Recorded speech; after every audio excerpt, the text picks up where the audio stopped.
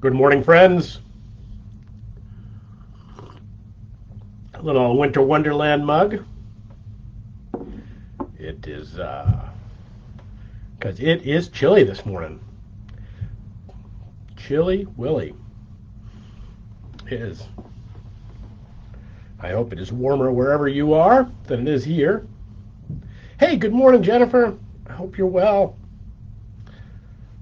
I hope you're hope that little guy's doing good.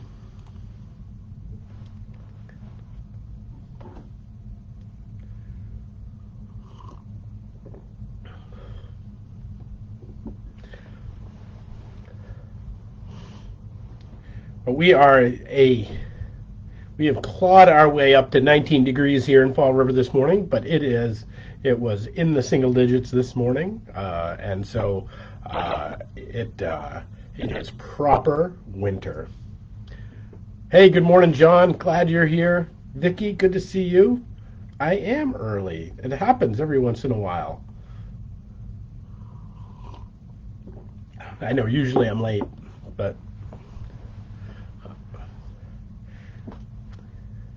I like to try and get us going somewhere near on time, but you know, what you do.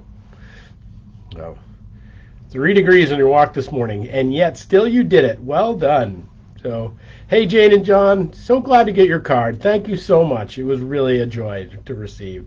Thank you. It was really lovely. So great. Good morning, everybody.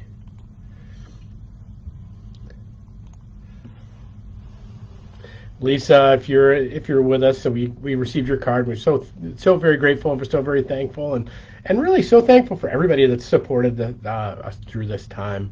It's really been an incredible gift that we might gather together. You got heat yesterday. Good. Oh goodness gracious. Good. But goodness, I didn't realize you were going to be that. It might be that long. So that's all right.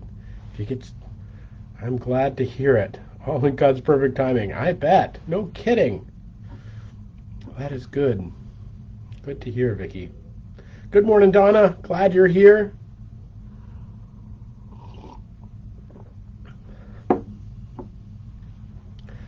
So glad you're here, everyone. Glad you are with us on this day. It is this Tuesday on the 15th day of February at 11:11, and I'm glad you're with us. Linda, good morning, welcome. I'm so glad that everybody's finding their way. I hope you're keeping warm today in the chill of this hour. Karen, good morning. Bonnie, glad you're here. That we might gather together. We can't really huddle together for warmth, perhaps, and I don't think the glow of the screen is exactly giving off a whole lot of heat, but I hope you are at least feeling the warmth of what it is to gather in this community, what it is to gather together, what it is to just be a part of, seeing folks pop into the chat, of seeing our little digital selves, perhaps hearing my voice and gathering round, that we might know and that you might know you're a part of something larger than you. You're part of this ministry, you're part of this journey, you're part of this joy, and you're with us in this. So I want to take a little thought from Zechariah this morning. So Zechariah is a prophet. He was a prophet during the return from Babylon. So the Babylonians invade Israel. They take over Jerusalem. They destroy the temple. They drag away anybody who can do anything that can help the empire. And and that community is forced to live in Babylon for decades. And then the Babylonians are overthrown and they are released to come home. And Zechariah is this prophet that serves during this time of the return of the people of Israel to begin to rebuild the temple, to begin to rebuild the house of God. Jerusalem is a mess. It has been destroyed. They come back to their home city. They come back to this place where they're going to give God glory again, and they begin the act of rebuilding.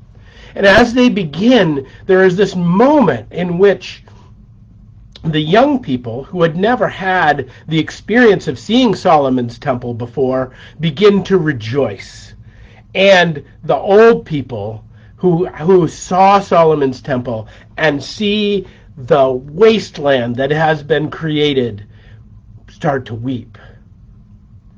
And this is Zechariah's response. This is what Zechariah has to say. This is from Zechariah 4:10. He says, "For whoever despised the day of small things shall rejoice, and shall see the plumb line in the hand of Zerubbabel. For these are the eyes of the for these seven are the eyes of the Lord, which range through the whole earth." Now, let me unpack that for a second. Whoever despised the day of small things shall rejoice. You have to consider these people have come 1,000 miles, hundreds of miles back to Jerusalem. They have nothing but what they've carried. They have nothing with them. They come back to nothing but a hollowed out husk of what used to be the most majestic building on the planet, of Solomon's temple, and its utter destruction. And those who remember that weep, and those who found their way back to that place and don't necessarily know it rejoice. And Zechariah says, "Whoever has despised the day of small things shall rejoice." His call is, and shall see the plumb line in the hand of Zerubbabel. So Zerubbabel is the leader. He's the king. He's that has brought them back. And the plumb line is, well, it's for building, right? So that they begin to build again. They begin to build again their life with God. They begin to build again the life that they have together. They begin to build again that which has been laid waste and destroyed. And that the invitation is not to despise the day of small things, but to rejoice in the day of small things. I don't know about you, but I feel like a lot of this time, a lot of this energy, a lot of what we're doing in these days of right now are really kind of feel more like days with small things. You know what I mean? They're kind of a little bit like the way of not being able to not being able to influence the big things that we want to influence. Sorry, I get a little runny nose this morning with all the cold. That we can't really, but what we can do is small things. We can rejoice in those small things. That the beginning of the rebuilding of the Second Temple period, which is really this high period for Israel, that will come, is the king taking the plumb line for the first time and laying the string down, so that the stones may find their way to be stacked and to be built once again straight and true. It is easy in our days to be about the tasks, to be about the things that we're called to face, and to feel like what is the point in this? What is the point as inflation is rising? What is the point as things are out of control? What is the point in all these different things that are going on? And yet we can rejoice in the small things of our days, because our faithfulness isn't about the great measure of all that we manage to push, or all that we manage to move, or all that we manage not to push or not to move. That little second line that seems mysterious, like you read it, you're like, does God have 7 eyes? Those 7 eyes are the eyes of the Lord, which range through the whole earth. Now, in the temple, there are 7 lampstands in the holy temple that where God dwells in the temple for the Israelites. Now they are considered the eyes of the Lord, and now there's seven now. So God has seven eyes. This is getting weird, but what this is saying, and what the point of this is, seven being a whole and complete number, the 7 days of creation, that everything that God sees all that is, not just some of what is, and that they range through the whole earth. It's this reality that God's actually looking for us, and looking for us looking for our small things, looking for the moments in the days when we look at the pile of dishes and we're like, man, I can't do that pile of dishes, and so we don't do the pile of dishes, but maybe we do a dish. When we look to the world of laundry and we're like, I can't do all the laundry, but we do a load. Maybe we can't, and that we translate this throughout the whole of our lives, that where we feel like all the things that we have to manage and control and try and get right, and that all these great things that we were supposed to accomplish, all of the fact that our spiritual lives at a particular age were supposed to be mature and right and good, and that we're supposed to have it all together, and somehow, someday, at some point, we become a true grown-up, and all of these different feelings and not feelings. And yet at the end of the day, we are given the small things to rejoice in. Because I don't know if your life is anything like mine. I mean, there are the big days, and the big days are awesome. But far more often, are we contending with the day of small things. And so my hope for you, my invitation to you, is to instead of weep because of what we see has broken down, or instead of even rejoice because of where we feel we've returned to, but to simply hold on to what Jesus teaches us in Luke, where he says, the one who is faithful with very little is also faithful with much, and one who is dishonest with very little is dishonest with much. That it's not how big the sums and of our bank account that we're moving around. It's not how many widgets we manage to produce. It's not how many dishes we manage to get done. It's not about any of those things. God's not looking at us for our production value. God is looking to us for our quality, that he may be in relationship with us, and he may draw closer to us, and that in our desiring to draw closer to him, he draws closer to us. The eyes of the Lord are out there looking for us. God is looking to be closer for us. And so my invitation to you is trust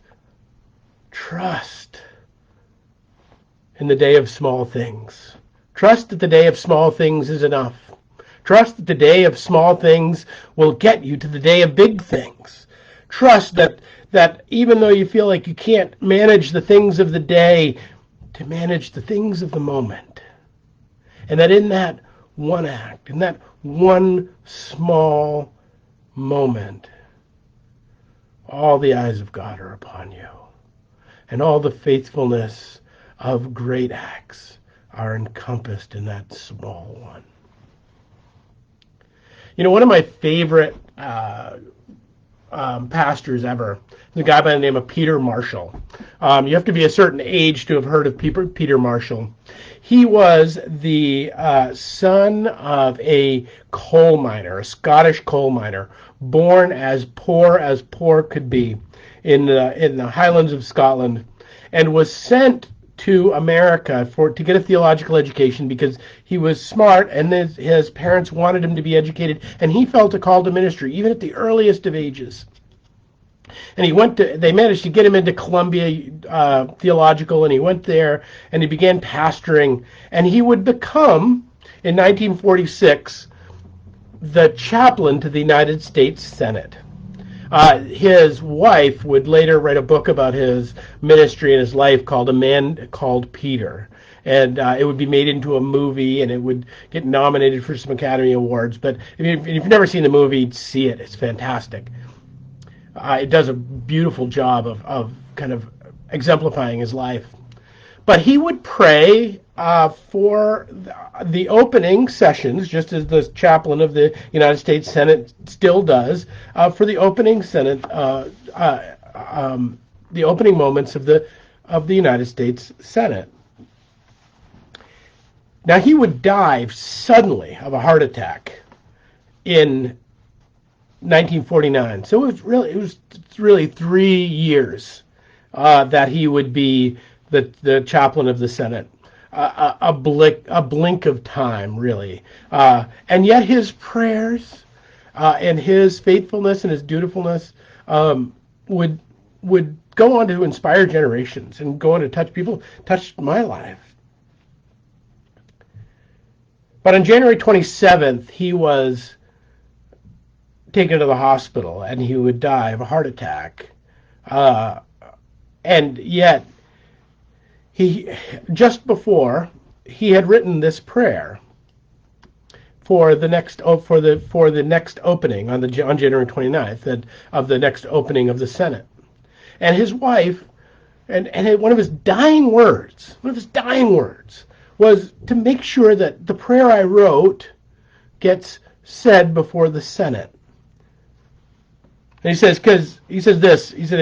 it's quite obvious to me that the senators appreciate my prayers in inverse ratio to their length. This is always true. And he wrote this prayer just before he would die. And it would be the prayer read at the opening of the Senate on the 29th of January, 1949. And I want us to end our time with it today because I think it encapsulates what it is that we can do when we do not despise the day of small things, when we don't look away from the tiny moments, the tiny movements, because in the tiny acts and being of faithfulness is all of the world. The tiny movements of our lives becomes the great building of the temple that will happen over the course of a life and of generations. And so Peter Marshall wrote this, his last prayer before the Senate. Where we cannot convince, let us be willing to persuade. For small deeds done are better than great deeds planned. We know that we cannot do everything, but help us to do something. For Jesus' sake, amen.